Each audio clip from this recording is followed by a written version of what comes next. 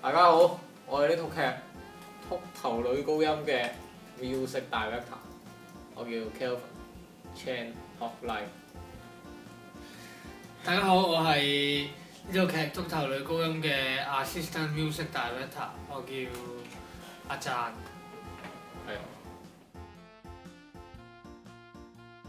呢套劇嘅靈感咧，我哋咧就希望套劇可以即係多元化啲啦。其實因為個劇本咧就係一個40年代嘅一個時代啦。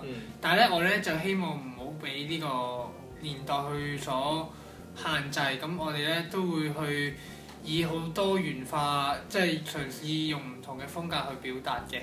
冇錯啦。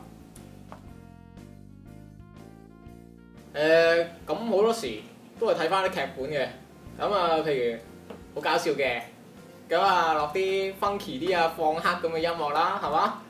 咁啊如果有啲好型嘅，咁好metal 係啊，我哋有㗎 metal 好重口味㗎嘛，係嘛？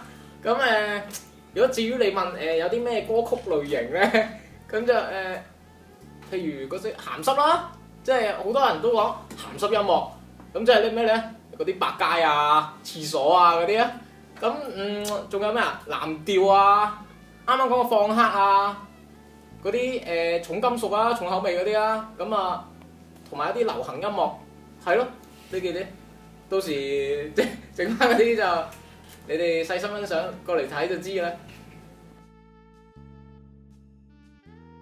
3月6號，香港知專設計學院 Auditorium VTC 綜藝館，早晚各有一場，記得嚟睇啊！